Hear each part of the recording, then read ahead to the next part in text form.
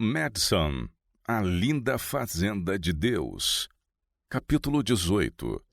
50 anos depois. Quanto Deus tem feito! Ao chegar ao 50º ano de vida de Madison, o Dr. Sutherland olhou para trás. A mãe White repousara 39 anos. Percy Magan deixou Madison para auxiliar o College of Medical Evangelists em Loma Linda, Califórnia, e falecera há mais de 6 anos. Sally também tinha repousado. Dos pioneiros restaram apenas 2, Edward Alexander Sutherland e M. Bessie DeGrow. Em 1954, o ano das bodas de ouro, a fazenda principal media 292 hectares e uma outra propriedade no cume das montanhas media 37 hectares.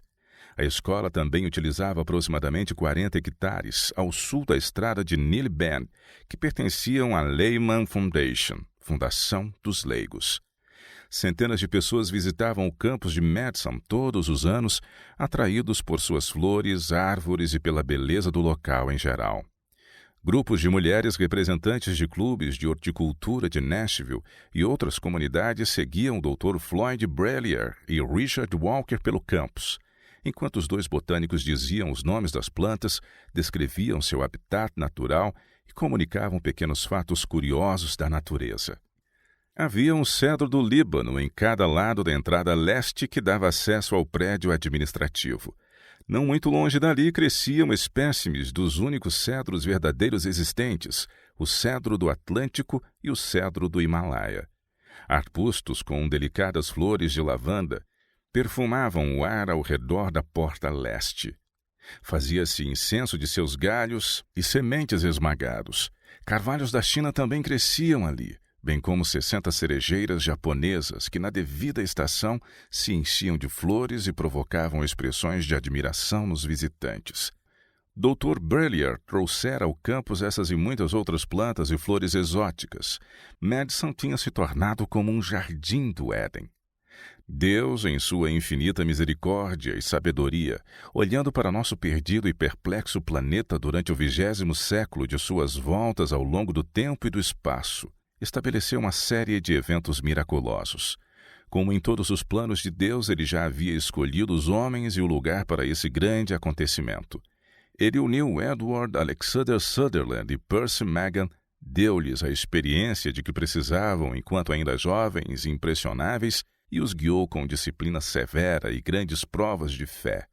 Então trouxe-os à fazenda Ferguson, nos bancos verdejantes do rio Cumberland, e ali o Eterno começou um milagre tão extraordinário que até hoje seus efeitos são sentidos nos cantos mais longínquos da terra.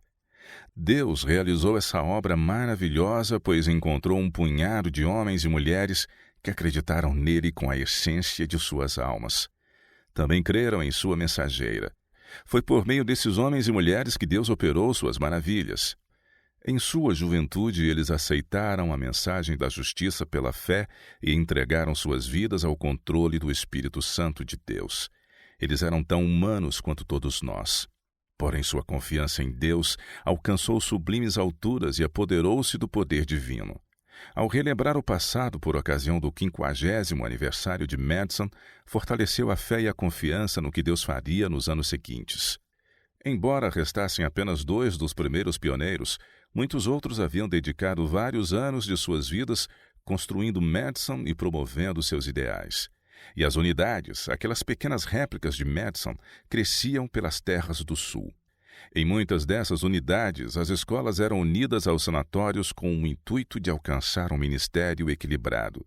Ninguém na terra sabe das incontáveis bênçãos que elas têm promovido, porém seus efeitos estão registrados no céu. Por ocasião das bodas de ouro, o sanatório atingiu a capacidade de 220 leitos hospitalares. Ele estava completamente suprido de médicos e enfermeiros qualificados. Durante o meio século da história de Madison, a escola formou 500 enfermeiros que agora serviam em muitos lugares.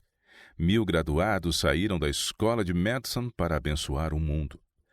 A influência de Madison espalhou-se pelo mundo e permeou a obra educacional e médica da Igreja Adventista do Sétimo Dia como fermento. As instituições gêmeas ficavam no centro da enorme fazenda, a qual produzia abundantes suprimentos de alimento e provia um campus espaçoso para os muitos e atrativos prédios.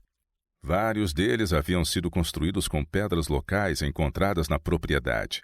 Os estudantes e seus instrutores se valeram de talento artístico e habilidades singulares. E mesmo depois de 50 anos, esse trabalho se mostrava como uma duradoura prova de que estruturas sólidas e resistentes foram ali erigidas. Uma moderna fábrica de alimentos produzia grande variedade de deliciosos e saudáveis produtos, os quais eram enviados a todos os Estados Unidos e também a nações estrangeiras.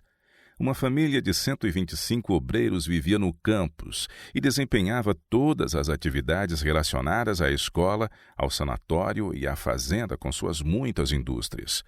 2 prédios de apartamentos e 11 pequenas casas foram doadas aos obreiros, enquanto 43 residências pertenciam à instituição. Olhando para mais de meio século de progresso, o Dr. Edward Sutherland pôde ver como Deus os abençoara, não somente com a prosperidade material de boas safras ou com todas as vagas da faculdade e do sanatório preenchidas, mas também no vasto alcance dos alimentos saudáveis de Madison e no sucesso dos empreendimentos estudantis, quer no campus, quer nas unidades.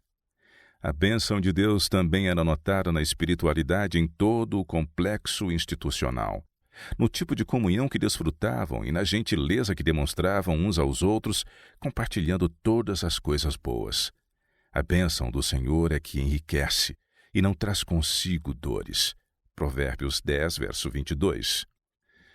Os 2 pioneiros do Rainbow Seven que permaneceram no campus abençoavam o local com seus conselhos sábios e amáveis e com seu discernimento e bom senso, o Dr. Sutherland e a senhorita M. Bess DeGraw. Desde o falecimento de Sally Sutherland em 1952, os dias tinham sido solitários para o doutor avançado em idade, e em abril do ano do 50º aniversário de Madison, 1954, um discreto casamento uniu esses 2 membros restantes do Rainbow Seven. Tinham trabalhado juntos desde os dias do Walla Walla College e uniram-se a Percy Magan Battle Creek College. Eles ajudaram a mudar aquela faculdade para Berrien Springs, Michigan, e enfrentaram muitas dificuldades durante 4 anos naquela instituição. Haviam sido pioneiros da obra de Madison juntamente com outros membros do Rainbow Seven. Agora, no entardecer de suas vidas, decidiram percorrer juntos o restante da jornada. O Dr. Sutherland tinha 89 anos e sua noiva 83. Como professora e conselheira, houve poucas pessoas como M. Bess DeGraw.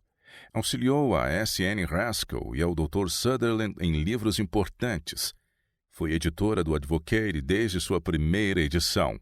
No início da década de 1930, quando foi requerido o credenciamento de nossas instituições educacionais, ela obteve seu mestrado no Peabody College. Aos 61 anos, concluiu com louvor o curso requerido para o doutorado. Durante o longo período de anos em que viveu em Madison, ela nunca deixou de inspirar o coração e a mente dos estudantes com sua própria dedicação e abnegação. O Dr. Edward Alexander Sutherland fora presidente da Escola de Madison de 1904 a 1946.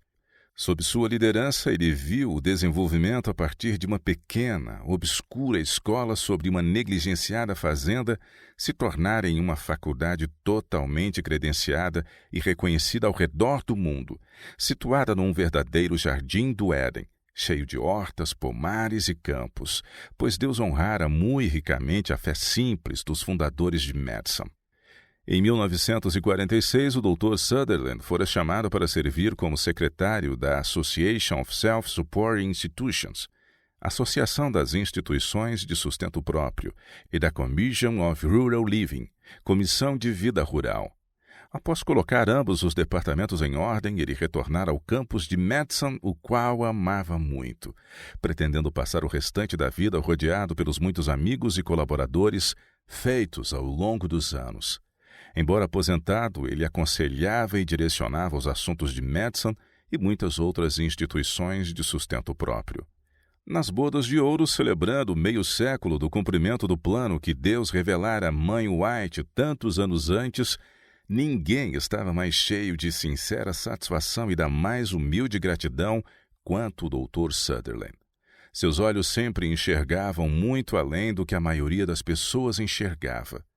Agora, eles assumiram o brilho profético que passariam a ter em seus últimos anos, quando o Dr. Sutherland contemplou ao longe a distante realidade de sua amada Madison com a promessa de uma linda fazenda de Deus na terra renovada.